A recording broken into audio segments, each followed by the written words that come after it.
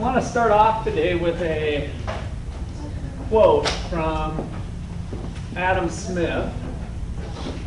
Anybody recognize Adam Smith's name there? What was his contribution to the world? Anybody want to take a stab? Thinks that if people are willing to function without government involvement, they'll naturally trade and barter. Yeah. So I guess a more free market, freedom type of message. Yes. He definitely believed in government, by the way. So he's not an anti-government or no government, but rather a little government and intervention. Like don't use too much of it, because a lot of good things come about from people working things out on their own. Now, he came from a time of kings and queens, so he's kind of known as the father of economics. He was the first person to really formalize the idea of the marketplace. Markets had been around for just about the beginning of time. I think I saw something once where they tried to guess whether markets were going on with cavemen and women, and so they started to see artifacts that looked like they were engaging in trade, because that's really what a market is, right? So just engaging in exchange. Tom and Jen on the island, human beings in their own nature, eventually figure out that, hey, if we trade and specialize, we can maybe make ourselves better off. Adam Smith was one of the first ones to formalize that thought, and he was coming out of a time of kings and queens that ruled the land. So we mostly had a few rich people and a whole bunch of poor people. This is kind of the way the world worked for 2,000 years or more, or since the beginning of time. We had subsistence level living, where people are just pretty much fighting to put food on the table and take care of themselves. And then Adam Smith started to pull out areas where maybe we could be building the wealth of the nation. And so his book, in short, is called The Wealth of Nations.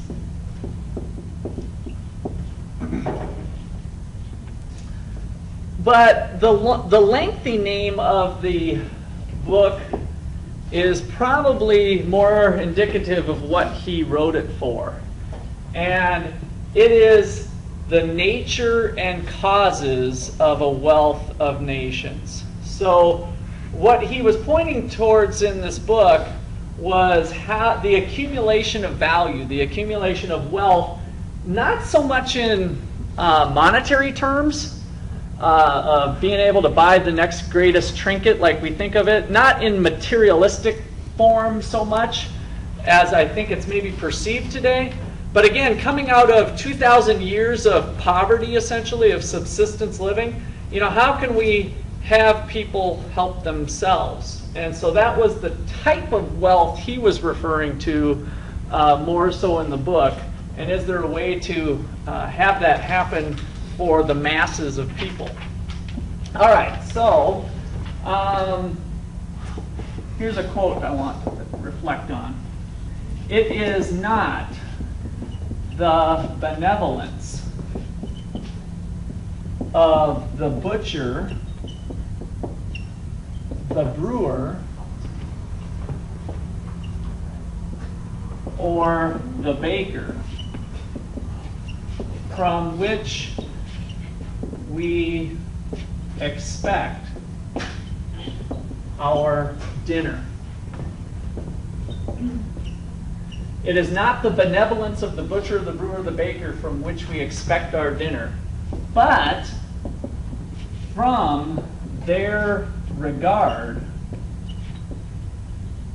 to their own self-interest.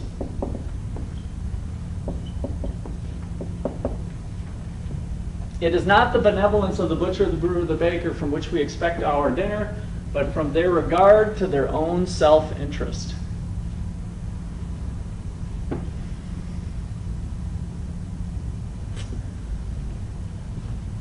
All right, so let's try to pick this quote apart.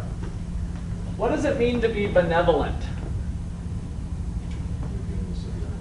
Goodness of your heart, maybe charitable, nice.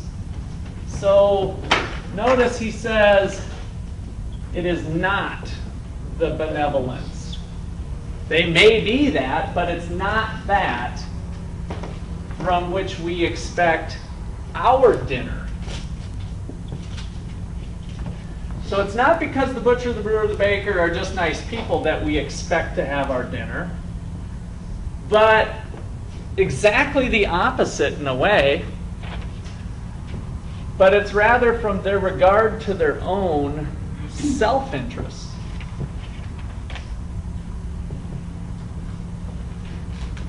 So by them looking out for themselves, I expect to be fed. Kind of weird, huh? A little twist of things. How do we get that? Yes? So I'm debating, but it sounds like they have to learn how to focus on our self-interest, get it from social interest. It can be, yes.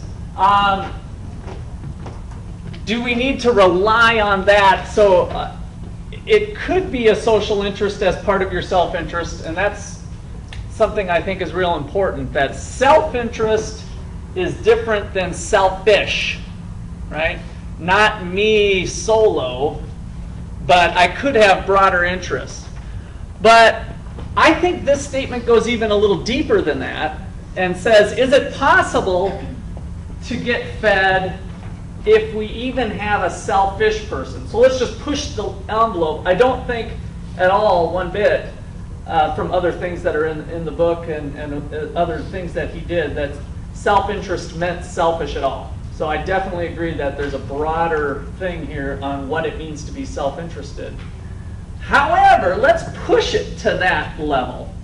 Let's say that we've got a selfish person. Does this statement still work, or does it fall apart? We expect our dinner. It's not from them being nice guys. Does it fall apart? What do you think? You think it does? I think it does, because in a way, it seems like kind of when we're going back to previous lectures and anything like that, you know, we expect something, but in return we have to give something about it. Okay. Other thoughts, comments, Candace? I think that if you're thinking of the selfish person as like a small business owner, Okay. if he was selfish, like wanting to make more money, he would produce more and you would cater more to the consumers because you would want them to buy his product. Okay. So from that standpoint, I don't think it would fall apart. So you don't think it falls apart? Okay. Abby, anything different there? Other thoughts here, John? The only way it really would fall apart is if the person is so selfish that they will actually act in a way that will harm themselves by hoarding all of their own goods for themselves and not allowing them to trade. Okay. But if they're truly doing what's best for themselves, we learned from Tom and Jen that they personally, selfishly can make themselves better off by trading, even if they're like Tom was better at both goods, right? So you have to be extreme. So then That's that- the point of hoarding yourself. Well, I think that extreme, if you're not assuming you want to harm yourself, right? So maybe that's what you're getting at. As long as you're wanting to improve yourself and you are selfish, I think we're touching on that it doesn't necessarily fall apart. Now, there's one thing I haven't heard yet. What keeps it in check then? So we've got this potentially selfish behavior, but we're getting a result. So I interviewed for a teaching position at a small college up in Iowa years ago. And I was interviewing with the vice president of the university. And he said, so he posed this to me. He said, Russ, I never understood economics. I don't understand, and this was a kind of a Christian-based university too. Economists claim that we get something good out of something that seems bad. And he was referring to this statement maybe being selfish behavior. So greed, selfish. Economists claim we get something good out of something that at its roots is bad, and maybe even against biblical teachings for that matter, if we think about it being greed and selfish. Yeah, how do you explain that? So that's what he threw at me during an interview, and off the cuff I had to try to come up with something. Well, how would you guys answer that? Is there an answer to that? How do we get something good out of something potentially bad? And I think it touches on where you were going with that. Wanting to make profit. I think when you think of selfishness, that you think of when you're seeking to satisfy yourself, you don't worry about satisfying the needs of others. Whereas self-interest, it's better for you and for them to grow up together. Okay, I agree with you, but I want to throw that out the window. I kind of want to let this boil down to its ugliest potential, which would be everybody's completely selfish, right? And I'm not really doing it to help you out. I'm really doing it to help me out. All right? So tell me about how we calculate profit. So let's think about, we kind of touched on profit. How do you calculate how much money you profited off of your business if we're the, let's focus in on the butcher here. Tell me about the butcher business. How do you calculate the profit for the butcher? Just kind of run me through the generic idea of how we calculate profit. Subtract the cost of the labor and the cost of the meat for him to butcher and sell, and Okay. the depreciation of the machines and the rent for the place. Okay? So we got cost. You said subtract it, but you didn't tell me from what? The gross. Revenue, right? So money in the cash register. So we've got two parts to the profit equation. We're going to spend a lot of time on this later on in the semester when we get there. But right now, I just want you to think about money in the cash register, which we call total revenue or sales. Total revenue, TR. So this is sales slash money in the cash register.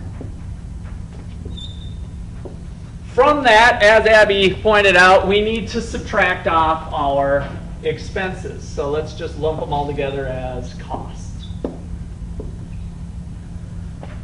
Total revenue minus total costs. What's left over is my profit. Okay, yes. Well, if somebody was selfish, wouldn't they up the cost of their product in order to benefit themselves more? I agree, but you said it wrong.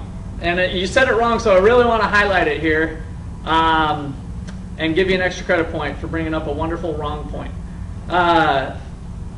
We want to up the, you said up the cost. We wouldn't want to make this bigger. I mean, the cost of the product. The cost of the product to the consumer. You see the twist on words that's there? You guys go to the store and you say, oh man, this 6-pack of soda costs me this much. But I don't want you to think that way when we got our business hat on. That's the price of my product, not the cost of doing business. So we got to be careful with the words there. So we want to up the price. So let's do that. I think you're absolutely right. In fact, let's go one more level of detail here. How do I calculate my total revenue? I like to think back to a lemonade stand.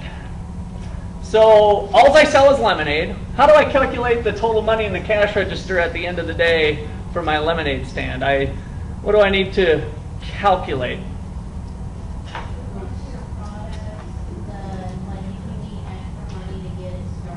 Just on the revenue side, not the cost.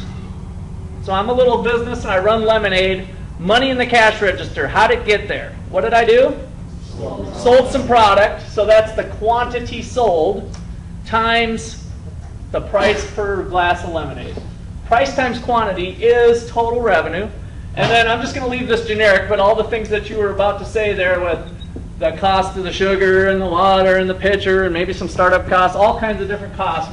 We'll spend a lot of time thinking about that. I want to focus in here because the selfish person is going to want to make this as high as possible, right? So we're just going to keep ramping that up. And boy, we're starting to take advantage of those people now.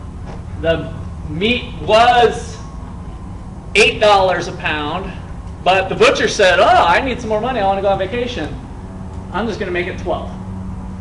And then the butcher does that and sell some, and they said, oh, I want to make some more money because I need a new car. That Rolls Royce looks nice. I'm going to raise my price to $20 a pound, right? So what keeps that selfish behavior in check? What keeps that selfish behavior in check? The quantity sold to some degree, yes. Quantity sold is going to go up or down? Down. People are going to buy less when the prices go higher. But let's say, the only thing going, let me go over here, yeah. Competition. Competition, awesome. Tell me about competition. How does that play out here? We've got the butcher, the brewer, and the baker. We got a little economy going. We got some guy just thinking his stuff doesn't stink, and so he keeps jacking it up. Talk to me about competition. What happens? If their competitors selling for a lot less, then people are going to go there to buy it, and then that butcher's not going to sell it. And if there is no competition currently, what would you predict is going to happen in their little town, their little village? Someone's going to do it, right? Sooner or later, the brewer or the baker especially, I think here, he's thinking to himself, that butcher's kind of an idiot, man. I bake stuff. You got to be more precise. I know how to do it. I can make some donuts. I can bake some cakes. Anybody can whack off meat off of a cow. He's making that kind of money over there? Well, I've got this extra space in my shop. I'm going to start butchering meat, right? And he's even got some knives because they have to cut stuff in for baking. So he's off to a good start. He's got some of the infrastructure. He's got some space rented already, right? So he's got maybe some of those startup costs that you were mentioning earlier. He's got some of that. So we're going to have some entry into this market. And if the butcher made it all the way up to 20, but really kind of a price that covers most of the cost was 8 like he was before he got greedy, well, then the baker opens up shop and says, my meat's $15 a pound.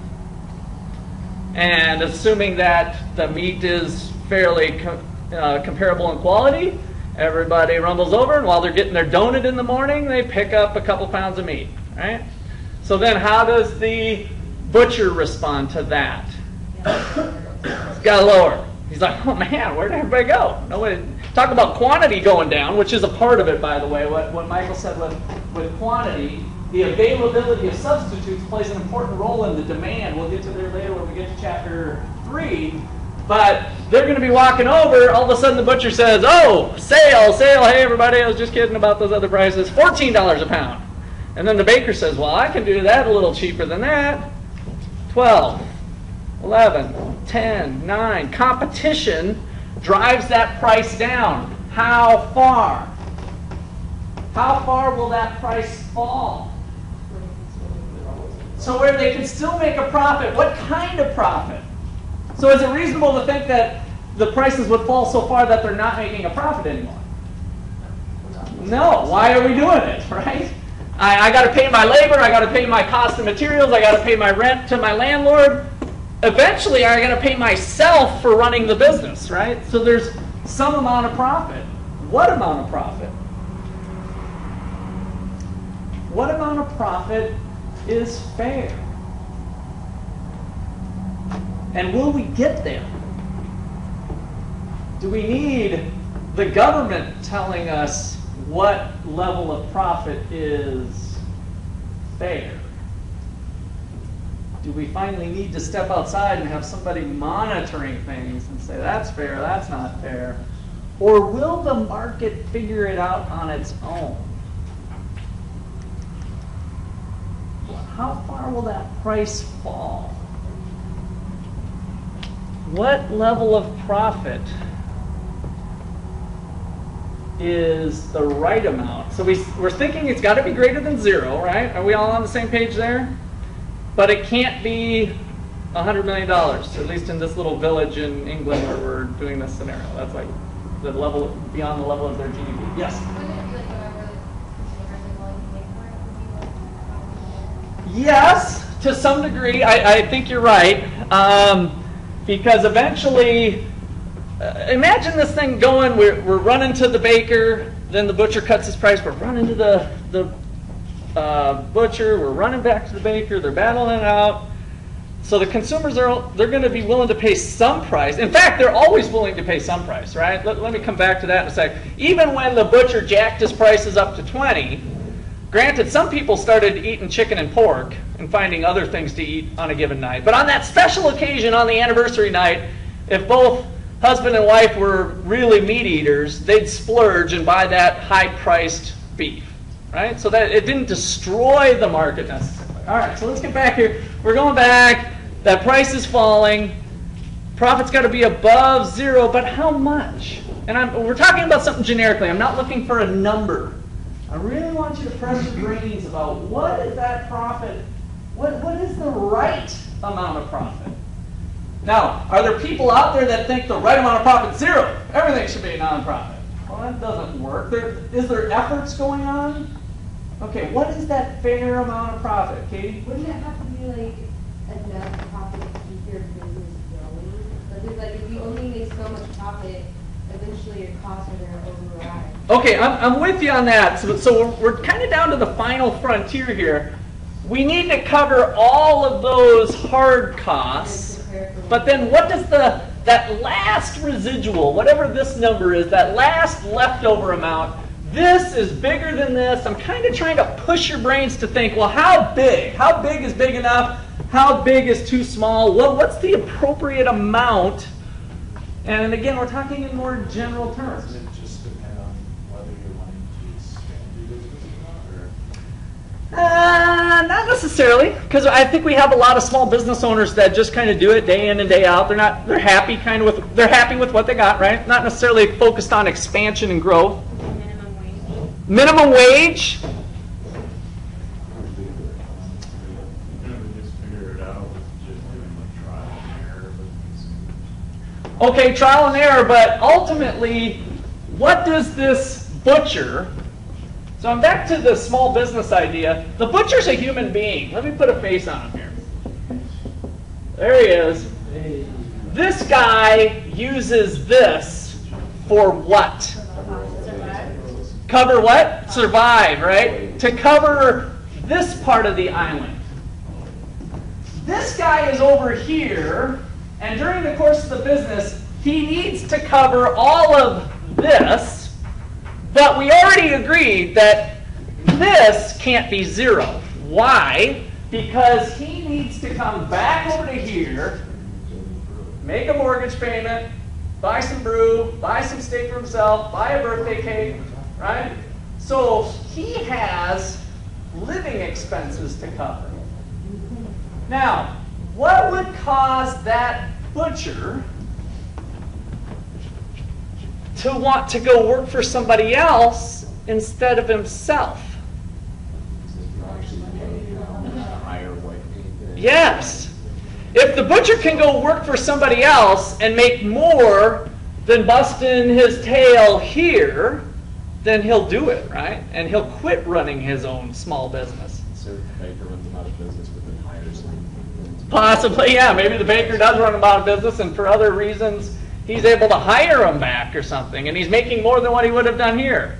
Now there's other issues of the pride of ownership and all of that stuff. But you see all the pros and cons that need to be weighed out. There is a certain number here that depends on what the butcher could be doing if he wasn't doing what he's doing. There's too many doings in that, right? So this number needs to be covering at least as much as his other alternatives, at least as much as his opportunity cost. So if he has an engineering degree and he could be reasonably earning 60 grand a year working for somebody as an engineer, this number needs to be covering at least that. And if he does it, it's fair, isn't it? Because if it's unfair, what's going to happen to the price due to the baker being in the market? Prices are going to fall. Profits are going to fall to 40 grand. And guess what the butcher's going to do? He's going to close down and he's going to go work for the engineering firm. Right? So profits in the butcher industry as long as there's healthy competition, will be kept fair. The key ingredient to the market system working is healthy competition. Just about without any doubt, if you look back at the issues that arise in the market with problems, whether it's corruption, whether it's bad things happening to people, either employees or whether the otherwise, it usually comes down to a lack of competition in one way or another. It might be a little more abstract in some cases to pull out, but if we don't have healthy competition, we don't get typically good results from the free market system. But otherwise, what Adam Smith brought to the table is if people are allowed the freedom to do what's best for themselves, then what's best for society results, which is an amazing thing where we have what's best for the collection of the 300 human beings on our island. The best result for the 300 human beings potentially comes about from each one doing what's best for themselves. Okay, that's in general the concept. There's lots of details that we're going to cover the whole semester, but that's the notion here of what Adam Smith brought to the table back. So like the in law benefit divisions. of everybody being selfish is that they keep each other, essentially they all keep each other in check. Yeah.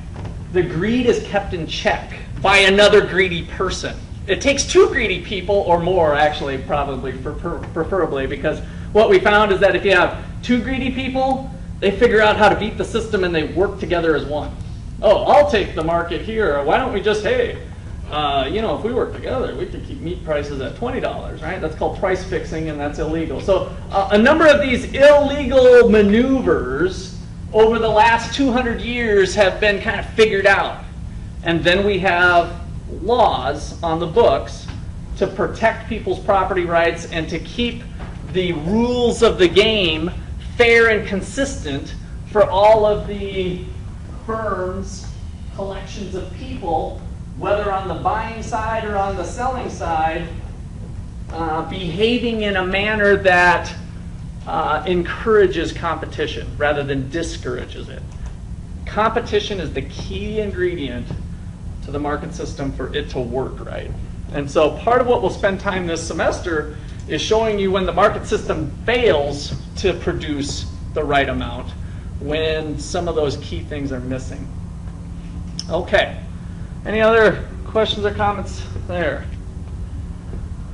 A couple other things to throw on the Adam Smith plate that you might see. So a couple other little bullets would be the invisible hand. The invisible hand of the market. And when you hear the thought invisible hand, what should hopefully come to mind is the things that I just said, that the resources in the economy, the scarce resources in the economy, are not needing to be directed by a single person, a king or a queen or a dictator or the government, one group of people. They don't need to say, you do this, you go here. They don't need to figure out everything. The invisible hand of all of the players will do it all by itself. And that is through the system we just described here with this quote. So the invisible hand of the market is the thought that the market mechanism, the market system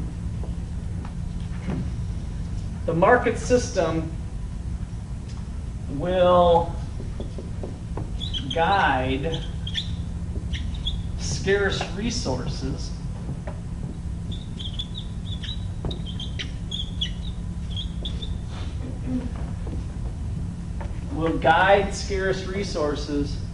to the highest and best use for society. And it's not a physical hand like we saw with kings and queens prior to what Adam Smith had here, but rather this invisible hand. There's a French word that Adam Smith used, which was laissez-faire. We got some French people that have had Dr. Morty. Laissez-faire, give me an interpretation. Yeah. Free trade. I haven't heard that as that's the right concept, but not the literal interpretation of laissez-faire. Let it be. Who said that? Let it be. I've heard that one. So let it be, kind of hands off, going back to the invisible hand, let it be. Let people figure it out on their own, whether it's the consumers or the producers, let it be. So that was the not sure if I can spell this right here. Sorry for getting a little low.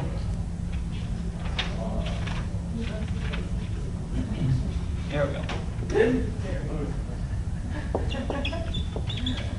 Laissez-faire is kind of, let me go back. What's your name? Chris. Let's go back to Chris's interpretation here. I've heard that one, let it be. So it's kind of hands off. Hands off. And in terms of the market system and the economy, the kind of direct thing Adam Smith was saying here is little or possibly no government intervention in a particular market. I'm kind of adding that on because, as I just mentioned, it is true, and Adam Smith said right in there, not every market, not every good works that way. National defense is one we'll explore in some more detail. But for the most part, most of our goods, little government intervention might mean we have a law on the book of the way that we're supposed to behave, and we enforce those laws, so we have private property rights and enforcement of those rights. That might be little, as opposed to the government being active participant in producing the goods, like we see in some countries. If you go down to South America and some other places, the government has control of the oil industry. They actually run that, not a private company. The country, the government, is active in that market. The approach in the United States has been to, for the most part, try to let private companies run things because we believe we get a better result that way. But in some circumstances, that's not the case. Okay, so that is our recognition of what Smith brought to the table. The next thing we're going to look at is opportunity cost. And when we went through Tom and Jen on the island, we were looking at comparative advantage, and that was developed by David Ricardo, who was a student of Adam Smith.